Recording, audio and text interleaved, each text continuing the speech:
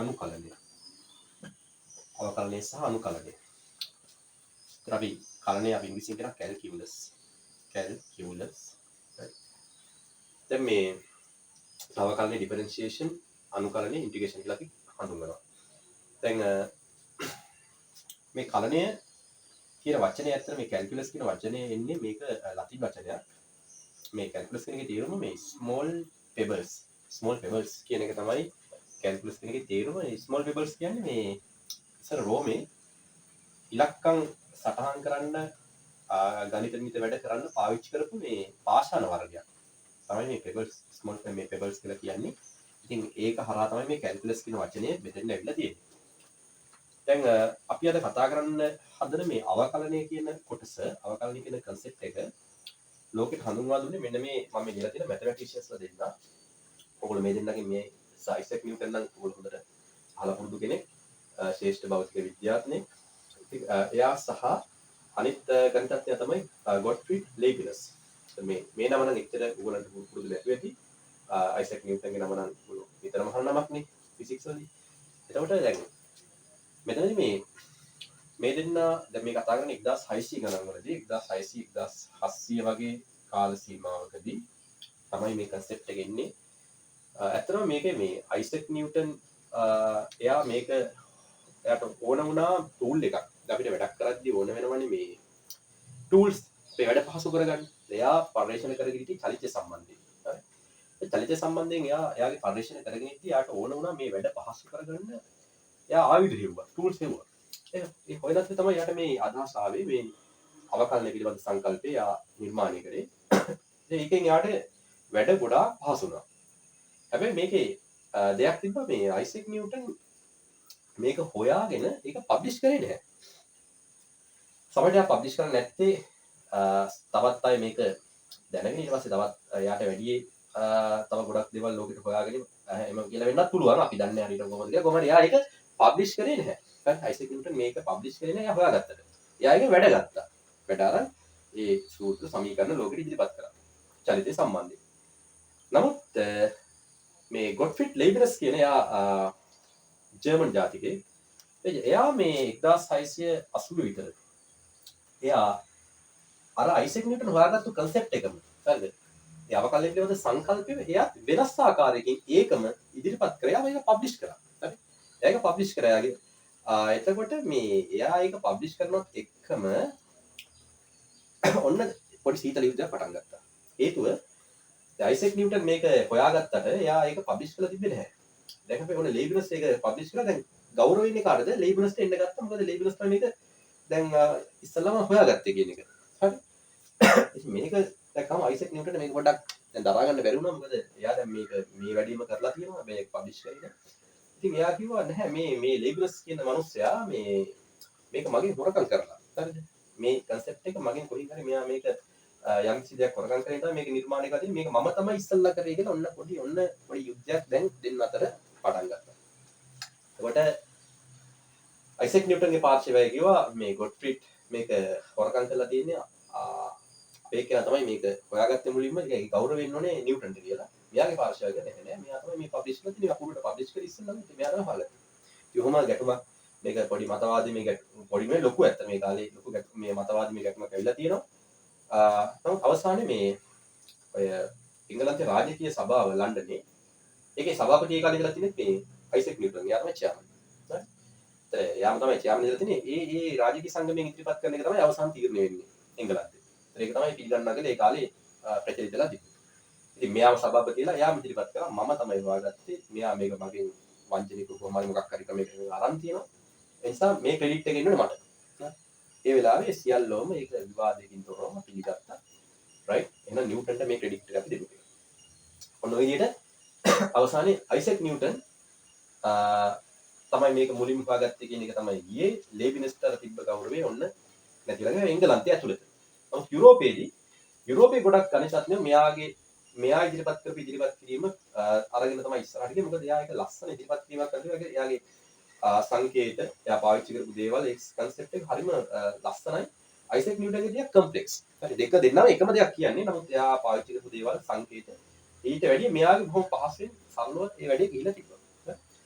නමුත් පස්සේ කාලේ මැතමැටිෂියන්ස්ලා මොකද කරේ මේගොල්ලෝ අතර මොන යුද්ධ තිබ්බත් පස්සේ කාලේ මැතමැටිෂියන්ලා මේ දෙන්නටම ඒ ක්‍රෙඩිට් එක දුන්නා මේ දෙන්නම වෙන වෙනම මේ සංකල්පය හොයාගෙන තියනවා කියන එක. ඉතින් කොහොම හරි ඔන්න මේ මැතමැටිෂියන්ස්ලා දෙන්න තමයි මේ අවකලනය කියන කොටසට මේ කන්සෙප්ට් එක මේ නිර්මාණය කරේ. දැන් අපි චුට්ටක් බලමු මොකද්ද මේ අවකලනය කියන්නේ කියලා. දැන් ඒක ඉගෙන ගන්න කලින් ඔයගොල්ලෝ ඉගෙනගෙන තියෙනවා මේ සරල රේඛාවක අනුක්‍රමණය. දැන් සරල රේඛාවක අනුක්‍රමණය කියන්නේ යගේ බෑවුම. හරි. අපි සරල රේඛාවක් මත මොකක් හරි ලක්ෂ දෙකක් අපි තෝරගත්තොත් තුන් AB කියලා ලක්ෂ දෙකක් තෝරගත්තා කියන්නේ. එතකොට මේ මොකක් හරි එක් රාශියක් සමග අනිත් රාශිය වෙනස් වීම. හරි. මේක මොකක් හරි මේ අක්ෂරය මොකක් හරි රාශියක් වෙන්න පුළුවන්. මේ අක්ෂරය මොකක් හරි රාශියක් වෙන්න පුළුවන්. එතකොට මේ රාශිය වෙනස් වීමට සාපේක්ෂව අනිත් රාශිය කොච්චරක් වෙනස් වුණාද? හරි. ඒ වෙනස තමයි අපි මේක ගත්තොත් ඩෙල්ටා y කියලා. මේක ඩෙල්ටා x කියලා ගත්තොත් ඔය ඩෙල්ටා y බෙදීම ඩෙල්ටා x තමයි අපි මේ සරල රේඛාවේ අනුක්‍රමණය කියලා ගත්තේ. ඉතින් ඔය අනුක්‍රමණ PM කියලා තම කියන්න පුළුවන්.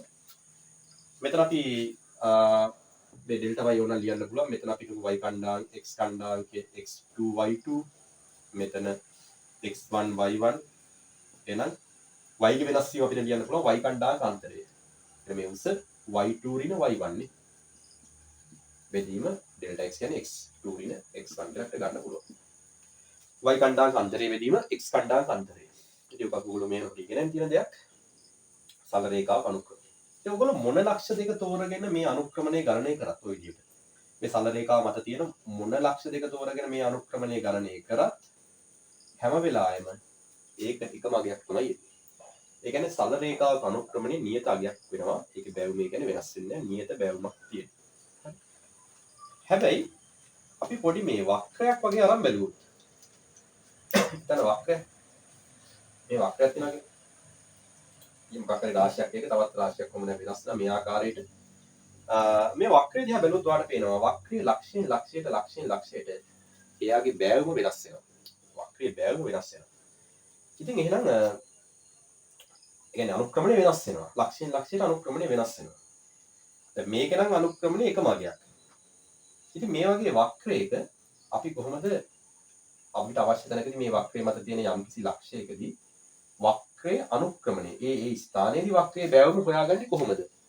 ඒ ස්ථානයේදී වක්‍රයේ බෑවුම හොයාගන්නේ කොහොමද කියන ගැටලුව මතුවෙනවා. හරි. දැන් මෙතනදී මේ ලක්ෂ්‍ය මම නම් කරන්න p කියලා. මේ ලක්ෂ්‍ය ආසන්නයි ඉතාලම ආසන්නයි මේ පුංචි කොටසක් වෙන් කරලා ගත්තොත් මේක zoom කරලා බැලුවොත් එහෙම. හරි. දැන් මෙතන මේ ලක්ෂ්‍ය ආසන්නයි. ඒතර මේ වක්‍ර ගතිය ඔයගොල්ලෝ තේරෙන්න ඕනේ ඒක සරල රේඛාවක් වෙනවා. හරි.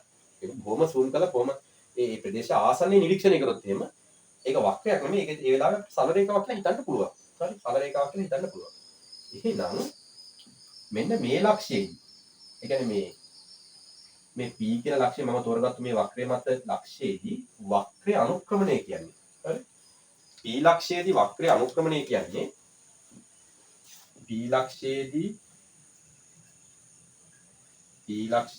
වක්‍රයේ අනුක්‍රමණය අපිට සමානයි කියලා කියන්න පුළුවන් එහෙනම් p ලක්ෂයට ආසන්නයට ගිහපම zoom කරලා ඇතුළටම ගිහපම එතන සරල රේඛාවක් විදිහට වෙනවා නම් එතනදී එහෙනම් ඒ ලක්ෂයේදී වක්‍රයට එනපු ස්පර්ශකය මේ ලක්ෂණවල ස්පර්ශකයේ අනුක්‍රමණයට සමාන කියලා ගන්න පුළුවන්. හරි.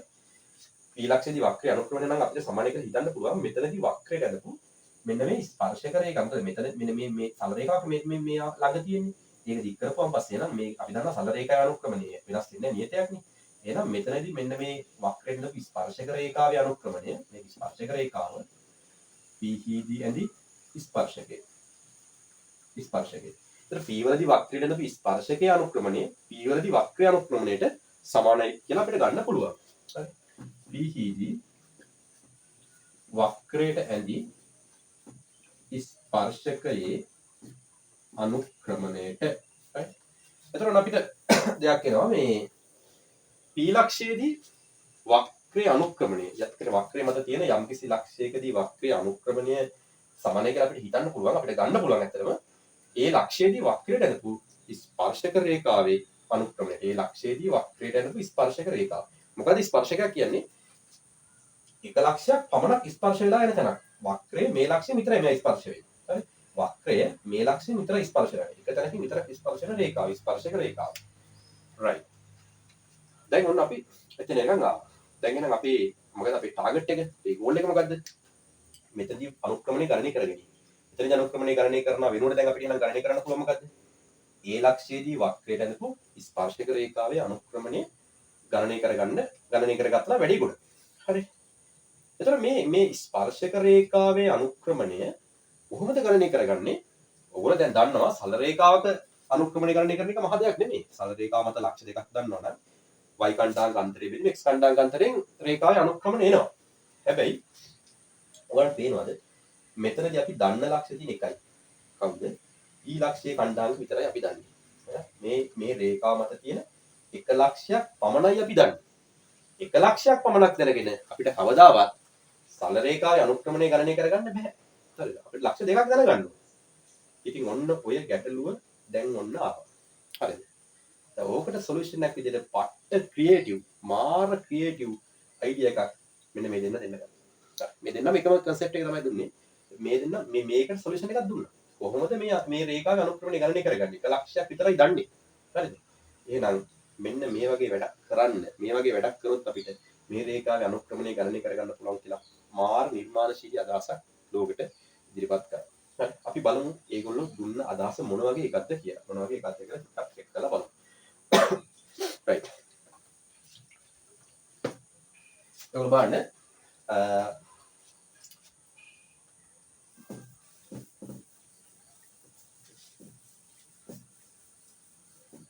මෙන්න මේ වගේ වැඩක්. right. සාමාන්‍යයෙන් අපිට මේ ලස්සන අදහස් මේගොල්ලන්ට තිබ්බ. මේ වගේ අපිට හිතෙන්න ඕනේ. අර ඒක අපි හිතන්න පුරුදු වෙන මේ මැතමැටිෂියන්ස්ලා කොහොමද හිතන්නේ කියන්නේ. හරිද? මැතමැටිෂියන්ස්ලා කොහොමද ඒගොල්ලෝ හිතන්නේ? ඒ වගේ ලස්සන දේවල් ඒගොල්ලෝ කල්පනා කරන හැටි. දැන් මේ වක්‍රය තියෙනවා. හරි.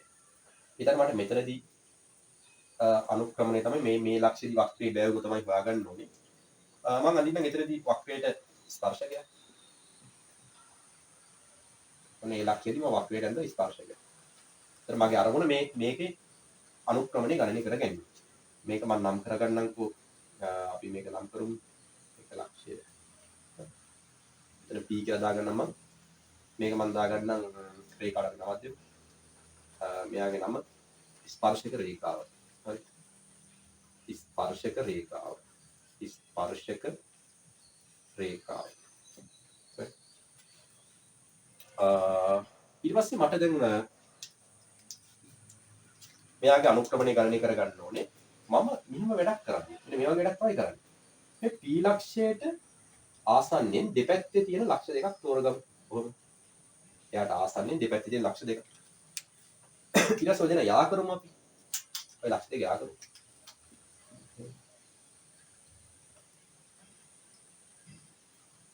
ඔන්න යා කරා. හරි.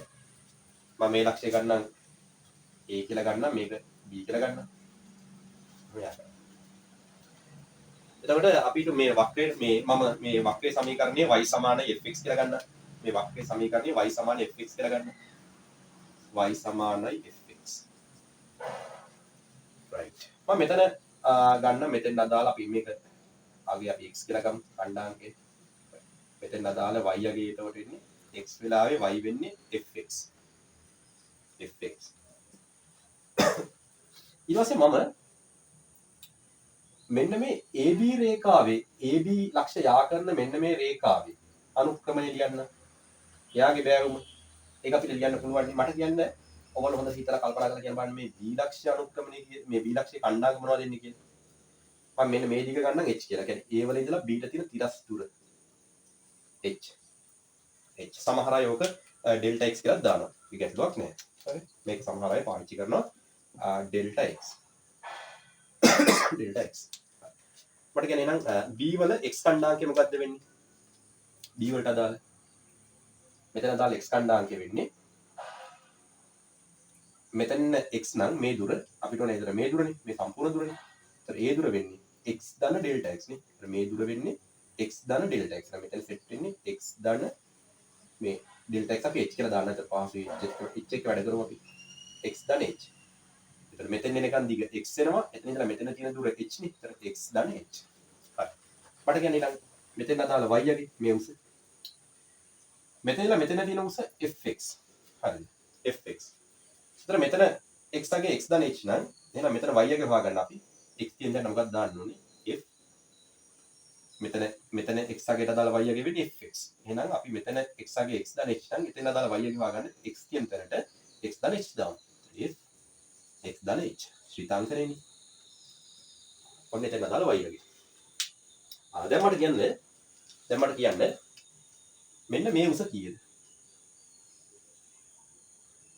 ඒ කියන්නේ A සහ B ලක්ෂ අතර තියෙන සිරස් උස. එතන මුළු උසම වෙන්නේ fx ධන h. එතන මෙතන තියෙන උස වෙන්නේ fx. එහෙනම් මේ මුළු උසෙන් මේ උස අඩු කරනවා. ඒක අපිට ලියන්න පුළුවන් fx ධන h අඩු කිරීම fx කියලා. හරි. ඒක ඔය ලියන්න පුළුවන්. එහෙනම් මට AB රේඛාවේ අනුක්‍රමණය. right? AB රේඛාවේ අනුක්‍රමණය. AB මම කියන MAB කියලා. MAB. AB රේඛාවේ අනුක්‍රමණය මට ලියන්න පුළුවන්. මෙන්න මේ සිරස් කුස බෙදන්න ඕනේ. තිරස් දුරේ. ලක්ෂ දෙක අතර සිරස් කුස අරගෙන තිරස් දුරෙන් බෙදන්න ඕනේ. එතන සිරස් කුස වෙන්නේ F x ධන h ඍණ fx බෙදීම තිරස් දුර වෙන්නේ h. දැන් මම හොයාගත්තේ මොකද්ද? මම හොයාගත්තේ මේ p ලක්ෂයේදී ස්පර්ශක රේඛාවේ අනුක්‍රමණය නෙමෙයි. ඊට ආසන්නෙන් තිබ්බ ලක්ෂ දෙක දෙපැත්තේ තියෙන ලක්ෂ දෙක තෝරගෙන ඒක යා කරන රේඛාවේ අනුක්‍රමණය. හරි. එතකොට චුට්ටක් කල්පනා කරන්න. මේ රේඛාවේ අනුක්‍රමණය සමානද? මේ රතු පාට රේඛාවේ කියන්නේ මෙන්න මේ ලක්ෂ දෙක යා කරන රේඛාවේ අනුක්‍රමණය මෙයාගේ අනුක්‍රමණයට සමාන වෙනවද? සමාන වෙන්නේ නැහැ. නමුත් පොඩි ආසන්න ගතියක් තියෙනවානේ. එහෙනම් අපිට එතනින් ස්ටාර්ට් එකක් ගන්න බැයිද? මෙයාගේ අනුක්‍රමණය හොයන්න මෙතනින් ස්ටාර්ට් එකක් ගන්න පුළුවන්. හරි. ඊට පස්සේ තමයි ලස්සන වැඩේ කරන්නේ. පට වැඩේ කරන්නේ ඊට පස්සේ. මොකද කරේ? ඔයාට පේනවද? ටික මේ ලක්ෂ දෙක වක්‍රය දිගේ ඔහොම මෙයා කරා එද්දි P කරා එද්දි. එතකොට මෙන්න මේ රේඛාව මෙන්න මේ AB දාකන රේඛාව ටික ඔහොම ලං වෙලා මේකට පුළුවන් තරම් ලං කරද්දි P ලක්ෂය පුළුවන් තරම් මේ ලක්ෂ දෙක ලං වෙද්දි ඔයාට තේරෙනවද මේ රතු පාට රේඛාවයි නිල් පාට රේඛාවයි දෙන්න සමපාත වෙනවා. ඉතින් ලං කරන්න පුළුවන් මෙච්චරයි කියලා සීමාවක් නැහැ. ඕන තරම් ලං කරන්න පුළුවන්. මම කියන්නේ මේ B ලක්ෂයයි A ලක්ෂයයි ටික P ලක්ෂය ගාලා අරගෙන යනවා. අරගෙන එනවා කියපුවම මට පේනවා මේ කොහොම ටික එලා ලං වෙන්න මොකද වෙන්නේ? AB රේඛාවයි මෙන්න මේ ස්පර්ශක රේඛාවයි දෙන්න එකිනෙක සමපාත වෙනවා. හරි සමපාත වෙනවා. ඔක තමයි වැඩි.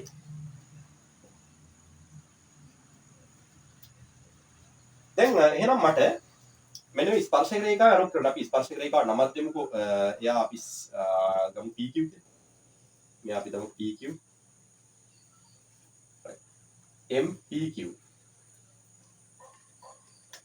MPQ රේඛාවේ අනුක්‍රමණය ලියන්න පුළුවන් ක්‍රමයක් දැන් අපි බලමු. පොඩි ක්‍රමයක් මේක ලියන්න. මොකද්ද PQ රේඛාවේ අනුක්‍රමණය කොහොමද හම්බ වෙන්නේ? A සහ B ලක්ෂය. මෙන්න මේ A සහ B ලක්ෂය ටික P ලක්ෂය කරා අරගෙන ඉද්දි මෙන්න මේ AB රේඛාව හා PQ රේඛාව සමපාත වෙනවා. එතකොට එහෙනම් අපිට කියන්න පුළුවන් ටික එහෙනම් මෙන්න මේ ලක්ෂ දෙක P ලක්ෂය කරා එද්දි AB රේඛාවේ අනුක්‍රමණය PQ රේඛාවේ අනුක්‍රමණයට සමාන වෙනවා කියලා. ඒකනේ තරගය. ඒ ටික මේ දෙන්න මෙහාට එනවා කියපුවම P ලක්ෂය කරා ළඟා වෙනවා කියපුවම මේ H දිග මොකද වෙන්නේ ටික. ඔහොම මේ ලක්ෂ දෙක ළඟ විතර මෙයා මෙහෙන් එනවා එතකොට H දිග ටික ශුන්‍ය කරා ඇදෙනවා. බිඳුව කරා ළඟා නේද? මේ මෙන්න මේ H. හොඳට බලන්න ඕනේ. දැන් මේ ලක්ෂ දෙක ටික මේ P කරා එද්දි මෙයා Q මෙහෙම එද්දි මෙන්න මේ දෙන්න අතර තියෙන මෙන්න මේ තිරස් දුරේ ગેප් එක ටික අඩු වෙනවා. හරි. එහෙනම් මේක ලං කරන්න පුළුවන් මෙච්චරයි කියලා සීමාවක් නෑ. ඕන තරම් ලං කරන්න පුළුවන්. එහෙම ලං කරන්න AB රේඛාවේ අනුක්‍රමණය ඊටාත්ම ආසන්නයේදී අපිට කියන්න පුළුවන් PQ රේඛාවේ අනුක්‍රමණයට සමානයි කියලා. ඉතින් ඒක ලියන්න පුළුවන් ගණිත භාෂාවක්. හරිද? ඕන දැන් තමයි අපිට එන්නේ අර සීමාව. ලිමිට්ස් concept එක දැන් මෙතනින් දාන්න පුළුවන්.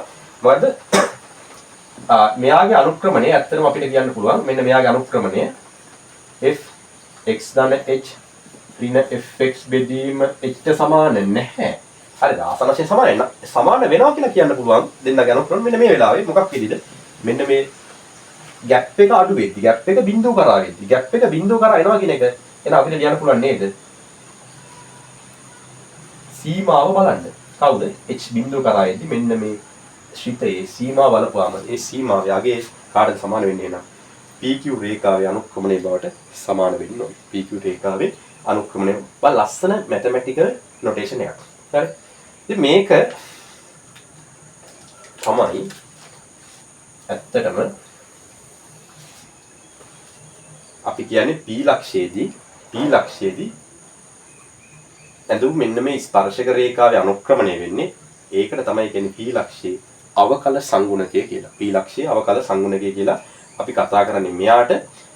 එතකොට හැබැයි මට හොඳට නිරීක්ෂණය කරන්න මෙතනදී දෙයක් තියෙනවා. මේ h මෙන්න මේ h බිඳ වෙන්න පුළුවන්ද? h බිඳ වෙන්න පුළුවන්ද? h බිඳුනොත් මොකද වෙන්නේ? හරය බිඳ වෙනවා. හරි? හරය බිඳුව කියන්නේ අර්ථ විරහිතයි. එහෙනම් h කවදා බිඳ වෙන්න බෑ. හැබැයි h බිඳුව නොවි මේකට ලං කරන්න පුළුවන් නේද අපිට ඕන තරම්? හරිද? h බිඳුව නොවි මේ ලක්ෂ දෙක මෙතන ඕන තරම් ලං කරන්න බෑ බිඳුව නොවි. එහෙනම් බිඳුවේදී අර්ථයක් නැතුණාට බිඳුවට ඉතා ආසන්නයේදී අපිට යම් කිසි අර්ථයක් තියෙනවා. හරි? බිඳුවේදී අර්ථයක් නැති වුණාට බිඳුවට ආසන්නයේදී අර්ථයක් තියෙනවා. හරියට මෙන්න මේ වගේ නේ. ඔය ලිමිට්ස් දාලා හදලා තියෙනවානේ. මම උදාහරණයක් මතු කරන්න. මතක් කරගන්න මේක. දැන් අපි ගත්තොත් සරල උදාහරණයක් x අපි හිතමු 2 කරා එද්දී x වර්ගයේ ඍණ 4 බෙදීම x ඍණ 2. ඔයා කොහොමද මේක හැදුවේ? නිකම් x ට 2 දැම්මොත් මොකද වෙන්නේ? හරය බිඳ වෙනවා අර්ථයක් නැති වෙනවා. හරි. හැබැයි මෙතනදී කතන්දරේ මොකද්ද? දෙකට ආසන්න වෙනවා කියන එක. හරි. දෙක වෙන්නේ නැහැ. දෙකට ආසන්න කරනවා. හරි. දෙකට ආසන්න කරද්දී මේ ශිතේ කොහටද මේ ශිතේ කොහටද ළඟා වෙන්නේ? මේ ශිතේ. එහෙනම් අපිට මේක සුළු කරගන්න පුළුවන්. මේ ඉදින් ඔයගොල්ලෝ සුළු කරගත්තේ. මේක උඩ මොකද්ද කරේ? වර්ග දෙක අන්තරේ සාධක කරන්න පුළුවන්. එතන x ඍණ 2 x ධන 2 මෙතනත් x ඍණ 2 දාලා මෙහෙම කපලා දාන්න පුළුවන්. එතකොට ඉතුරු වෙන්නේ x ධන 2. එතකොට සීමාව ආදේශ කරපුවාම දැන් එනවා 4යි. එහෙනම් දෙකේදී මේ හරියටම x සමානයි දෙකේදී ශිතේට අර්ථයක් නැති වුණාට දෙකට ආසන්න වෙද්දී ශිතේට අර්ථයක් තියෙනවා. ශිතේ කොහරද ළඟා වෙන්නේ? ශිතේ 4 කරා ළඟා වෙනවා. ඒ වගේ වැඩක්. හරි. h සමානයි බිඳුවේ අර්ථයක් නැති වුණාට මේක බිඳුවට ආසන්න වෙන්නේ. ඒ කියන්නේ මේ ලක්ෂ දෙක ටික ටික මෙතන ලං වෙන්න අර්ථයක් තියෙනවා. හරි. ඒ කියන්නේ අර්ථයක් තියෙනවා කියන එකේ තේරුම මොකද්ද? මෙන්න මේ PQ රේඛාවට අනුක්‍රමණය අපිට හොයාගන්න පුළුවන් වෙනවා. PQ රේඛා අනුක්‍රමණයට අගයක් එනවා. ඉතින් ඕක මේකට ලස්සන අංකයක් දුන්නා මෙන්න මේ ලේබිනට්ස්. යායකට කියනවා දැන් මේ අතරම තියෙන මොකද්ද මේ y කිය වෙනස් වීමනේ. හරිද? y වෙනස් වීම දැන් අපි ෆිසික්ස් වල අපි දන්නවා ඒක අපි අංකනය ඩෙල්ටා y කියලා. මෙතන යා dy කියන අංකනේ පාවිච්චි කරා. dy. හරි. dy. මේකට dy කියලා දැම්මා. x කියන වෙනස් වීමනේ dx කියලා පාවිච්චි කරා. මේකට හේතුව dy dx දාන්න. මොකද මේ දෙන්නම මේ මෙයා ටික ටික බිඳුව කරා යද්දි මෙයා මෙන්න මේ සිරස් ටික ටික ශුන්‍ය කරා යදෙනවා. මෙන්න මේ තිරස් දුරත් ටික ටික මේ බිඳුවට තමයි ආසන්න වෙන්නේ. ඒක නිසා dy යට dx කියන අංකනේ පාවිච්චි කරලා තියෙනවා. right? එතකොට ඔන්න ওই විදිහට තමයි අපි දැන් මේ ආවේ එහෙනම් PQ රේඛාවේ අනුක්‍රමණය. PQ රේඛාවේ අනුක්‍රමණය ඒක වෙන විදිහකට කියනවා P ලක්ෂයේදී වක්‍රයට ඇඳි ස්පර්ශක රේඛාවේ අනුක්‍රමණය ඒක හඳුන්වනවා dy යට dx වෙන මේකටම තමයි අපි කියන්නේ dy යට dx කියලා.